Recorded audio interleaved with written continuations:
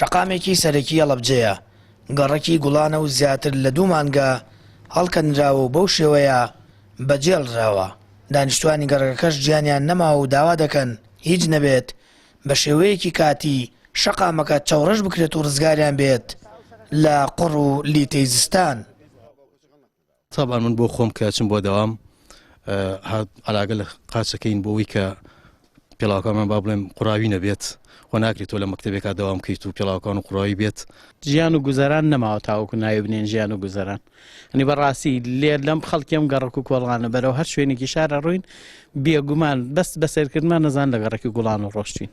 بەتایبەت ئەممان تێخاچونکە و نە قوڕاوە چڵکا بە قاچمانەوەی ئەوە زەعمان چییە بڕوا بکە ئەم بەیانێ بەهاتای خۆزگا ئەم بەیانێ بەهاتای هەموو ماڵێک دەرزەنی علاگە و 2 کیلو علاگە و 3 کیلو علاگەی کڕیوە لە ماڵەوەی کاتە قاچی تەلەبەکەی تەلەبەکە چێ بۆ مەکتەب بۆ قاچ و قوڕە مامەسا ڕوا بە گژیە ئەمەش وەزعەکە یەکەتیایەتی هەموو ماڵێ 2 کیلو 3 کیلو علاگەی کڕیوە لە ماڵە دایناوە کرد ئەی کاتە قاچی مناڵەکەی تاگاتە مەکتەبەک بەس بەڕاستی ژیانی تیانەماوە جادە و گەڕەکەمان دوێنێ هەر خۆم بە خۆم لە مەکتەبەکەمە مامۆساگەم هاتۆ دپۆلە و توێدی جارێکی تر بەم پێڵاوە مێرنەوە مەکتەب. درێژی شەقامەکە کەمترە لە کیلۆمەترێک بەڵام زیاتر لە 500 ماڵی لەسەر و ڕێگایەکی سەرەکی بەڕێوەبەرایەتی پەروەردەیە.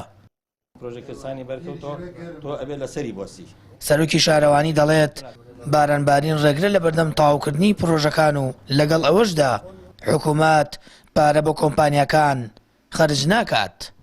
لە ساڵانی ڕابردووە هەندێک پرۆژە لە شارەوانی هەڵەبجە دەستکراوە بە جێبەجێکردنیان بە تایبەتی لە ساڵی 2021 هەندێک پرۆژەمان هەیە بۆ نمونە نزیکەی 5 تا 6 پرۆژەمان کەوتنە بواری جێبەجێکردنەوە بەڵام ئەم پرۆژانەت هەندێک گرفتیان هەیە بۆ نمونە لە مانگی نوا دەست بەکاربوون لە مانگی نوا تۆ سێرەکەی پاش مانگنەوەرزی پای زەوەرزی زستانێتە پێشەوە پرۆژەکان کێشەگرفتیان بۆ دروستە بێت لەوەی کەوەرزی بارانباری نەوەرزی ئەوەیە و هەروەها و پێ ئەو پرۆژانش کە کەوتونتە بواری جێبەجێکردنەوە سولفە و پێشنیان بۆ سەرف ناکرێت ئەوش بۆ بە ئاستێکی گەورە لە بەردەمانە.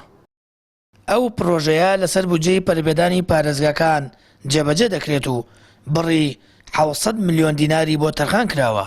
پەیوەندیم کرد بە کۆمپانیای جێبەجێکاری پرۆژەکە ڕەتی کردەوە گرفتی پارە بێت و ئەوانش دەڵێن ڕۆتی نات و پشکنینی گڵی شەقامەکە کەشەی زۆرە کارەکانی تەواوکردنی ڕێگاکەی دواخستووە.